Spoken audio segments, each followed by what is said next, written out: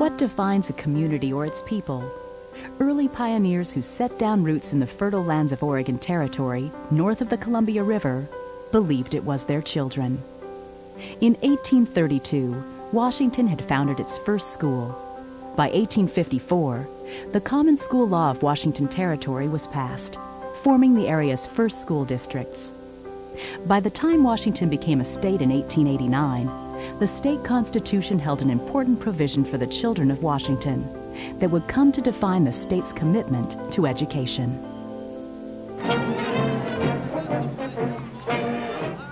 And now, my fellow citizens, please listen closely to Article 9 of the State of Washington Constitution, Section 1, Preamble. It is the paramount duty of the state to make ample provision for the education of all children residing within its borders. As Washington's population grew, so did the number of schools. However, every school was virtually on its own. By 1910, there were 1,700 school districts statewide.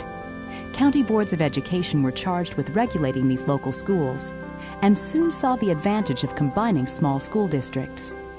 Consolidation became a nationwide concern. The movement to consolidate school districts was very active between 1932 and 1975. During that time, the number of school districts nationally was reduced from 167,000 to approximately 16,000. Now that is some reduction, which meant that the needs of the local school districts was materially changed.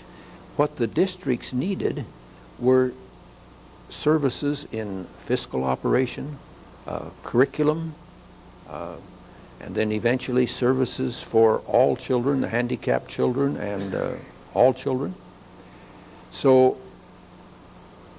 many school districts were mandated by state legislation to provide certain services that they did not have the funds or the personnel to provide.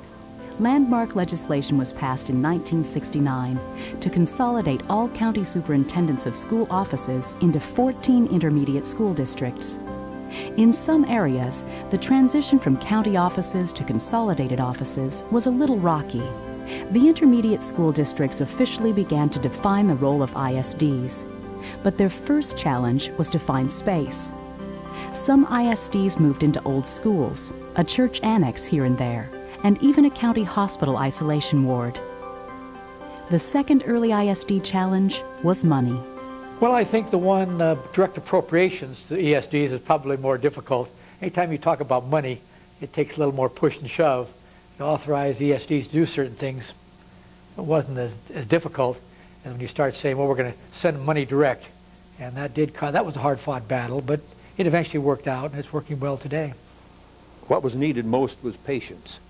As with any new development, some people react negatively for one reason or another, and there was some negative reaction from some of the counties involved, one being, understandably, that since they no longer had authority over the county superintendent, therefore they no longer had authority over the ISD, so why should they provide dollars for the support of the office? But the legislation required them to continue to do that.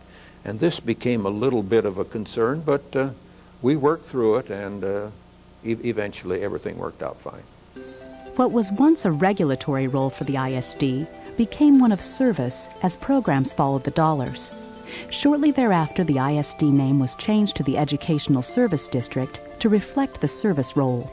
Because of consolidation and because of those smaller districts not having the resources to offer the same kind of programs as the larger districts, it became quite apparent that something had to be done in terms of beefing up support services to those small school districts. And we tried to use the ESDs as helped the local school districts, particularly smaller districts, first and second and third class districts.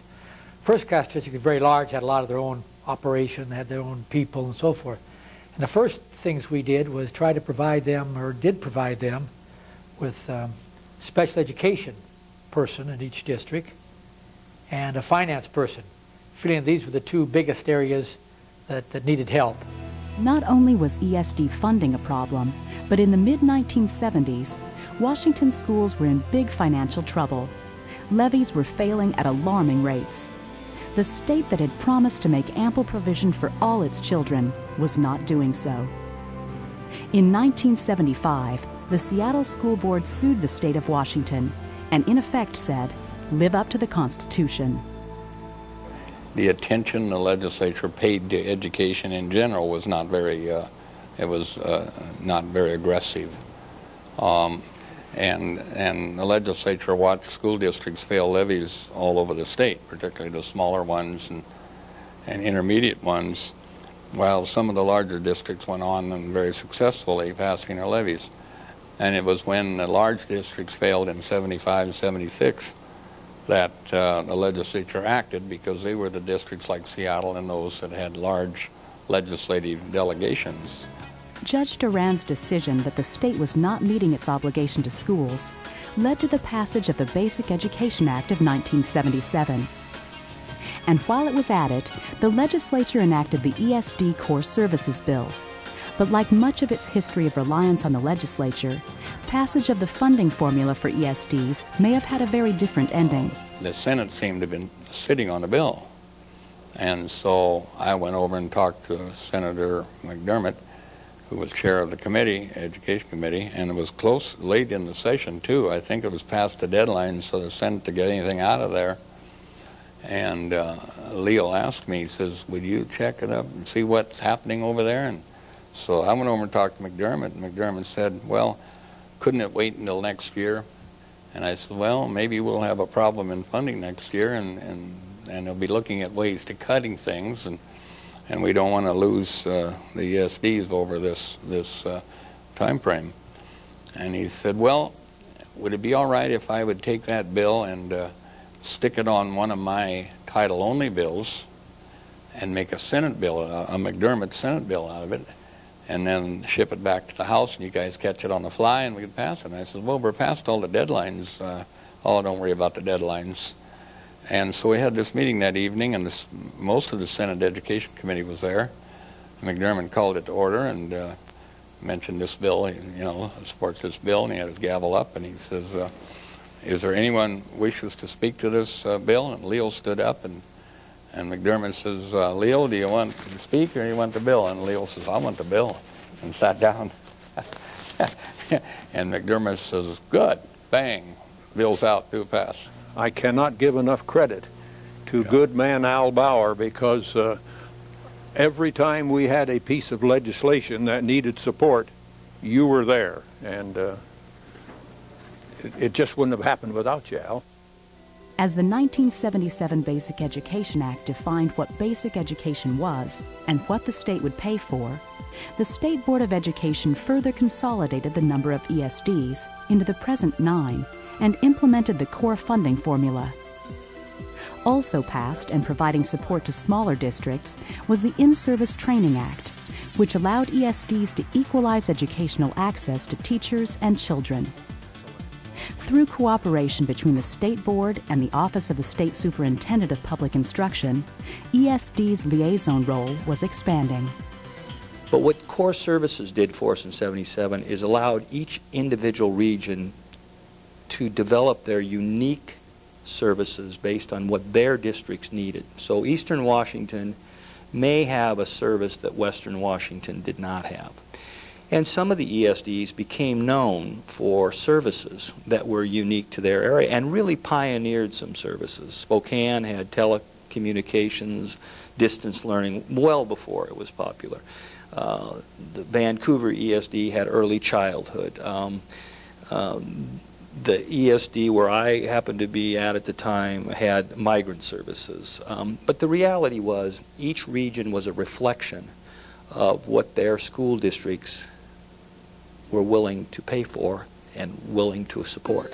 In 1979, ESDs were authorized to provide cooperative purchasing programs, saving millions of dollars in insurance premiums, transportation, human resources, and data processing costs. As the 1980s took its toll on the economy, ESDs were among state agencies that lost state funding and had to look to other sources. We really, I think, were told at that time, that we're pretty much on our own. It wasn't a negative meeting. It was just the fact that they were struggling to survive as an SPI. And there were some fairly hot moments in the meeting, but I think there was some real energy in that meeting and some real humor that came out of it in relationship that we would really have to be entrepreneurial. We would really have to step forward, and we'd really have to be on our own. I think what ESDs have tried to rely on is the spirit of service, and that spirit is, I think, defined, I think we'd like to say, through the leadership of the ESD boards and superintendents, but in reality it's defined every day by the individual contact staff have with school districts. The boards of directors of each ESD were active players in defining the services and range of programs in each region to meet their district and constituent needs. Key players who have kept the dream alive and the focus on services to the school districts include 10 individuals honored at the ESD's 30th year celebration. And I think for ESDs, we've been fortunate. I'd like to say that we always had a clear vision, that we knew exactly where we're going. But I think time and circumstances, when you look back, there's very little substitute for being in the right place at the right time. I think it's like a kid in a candy store. The ESD people, the boards and the superintendents have just grabbed a hold of this thing and really made it work. It's not difficult to sell ESDs to legislators any longer. I mean, they've been out in their districts, they understand the role, and I think there's unlimited opportunity for ESDs. In February, ESDs celebrated 30 years of service to the children and schools of Washington. At the Capitol Library in Olympia, key legislators who supported ESD core services and ESD powers legislation were honored by a proclamation from Governor Locke and personal remarks from Superintendent of Public Instruction, Terry Bergeson. Of course, they've gone beyond my expectations over the years. For the last 30 years, they've gone a long ways, much more, I think, than we envisioned. We looked at them, first of all, as kind of an arm of the state office to help districts with finance, I said, and special education, things like that. But now, and we funded those things, and the state funded them. Well, now they do a lot of, probably the majority of things they do are not state funded, which I guess is a perk to the state legislatures, and they do a lot more things than we ever anticipated. But I think the thing that's important about that is these are and were needs out in local school districts, and they asked for them. They weren't dictated from the state level. State office, State Board of Education didn't really foresee some of these things. ESDs continue to rely on vital partnerships with the State Superintendent's Office, one of which focuses on what education leadership is all about for the future. Early settlers knew our future lay with their children. The rough-hewn one-room school has become so much more. 296 public school districts under 9 ESDs serve nearly 1 million students with programs to equalize educational opportunities, reduce duplication, offer cooperative programs, and technical assistance and training for teachers and staff. It took far-sighted and tenacious legislators, school board members, citizens, parents, educational staff to author and implement Washington's educational service districts. We celebrate 30 years of leadership with service to our state and look forward to the challenges of the future.